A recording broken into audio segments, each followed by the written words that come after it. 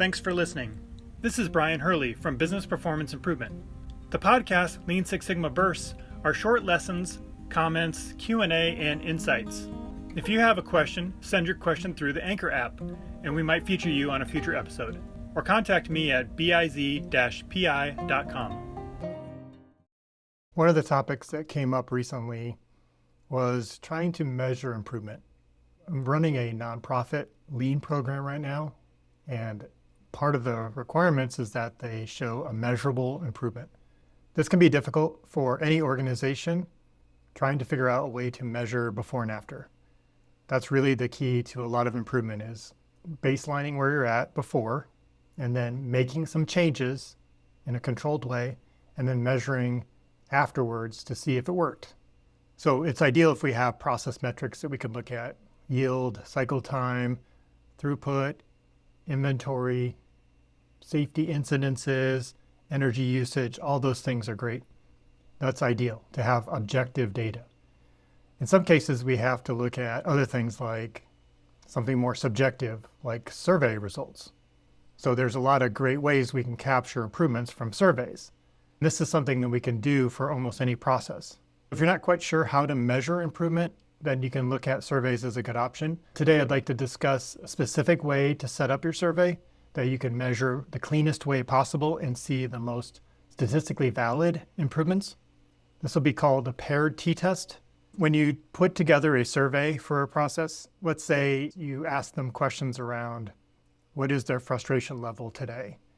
How do they get communicated to from their management? Are their processes standardized and consistent? Do they get input into what's going on and communicated to on changes in the process? Do they get feedback from downstream processes on how they're doing? Do they have ways of measuring their performance? Things like that you can ask them as a baseline. And then let's say you take some of the top comments and feedback from the team, from the survey, categorize those, focus on a couple key things and improve on that. And then you would conduct a second survey afterwards, after you give it some time and they've worked through all the kinks and all the improvements. Then you go back and ask them those same questions. And then we would compare the scores before versus the scores after. So ideally you give them some kind of rating system that's a 1 to 5 scale or 1 to 10 scale, 1 to 7, something like that, where 1 is the really poor results and 5 or 7 or 10 are the highest or best results. And let's say some of these questions are averaging 2 and 3, and afterwards you get it to a 4 and 5. You can clearly look at the difference before and after in the average score rating, if you can make those scores something numeric. Even if you did I greatly disagree, ambivalent, or average, I agree or greatly agree with that statement or comment, you can turn that into a score as well. So the ideal way, though, is to make sure that you get the same people filling out the surveys so that you can compare their individual score before and after. If you don't know who's filling out the score before and after, what happens is you get a lot of variation between people. So each employee that's filling out the survey may have a different starting point. Let me pause for a moment to tell you about our sponsor, Creative Safety Supply. Creative Safety Supply is a great resource for free guides, infographics, and continuous improvement tools. I recommend starting with their 5S guide. It includes breakdowns of the 5 pillars, ways to begin implementing 5S, and even organization tips and color charts. From red tags to floor markings, it's all there. Download it for free at creativesafetysupply.com/5S. I know I probably err on the side of giving higher scores than usual, and maybe other people are good at giving really low scores.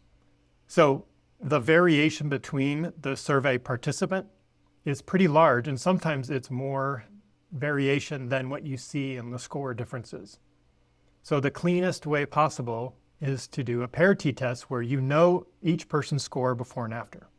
The challenge with that, of course, is that it's hard to keep it anonymous if you're tracking who fills out the survey. One way you could do that is try to do employee ID numbers or something like that, or IP address or something that can tie the scores before and after. We don't really care or need to know who did the survey. we're trying to just tie their response before and after.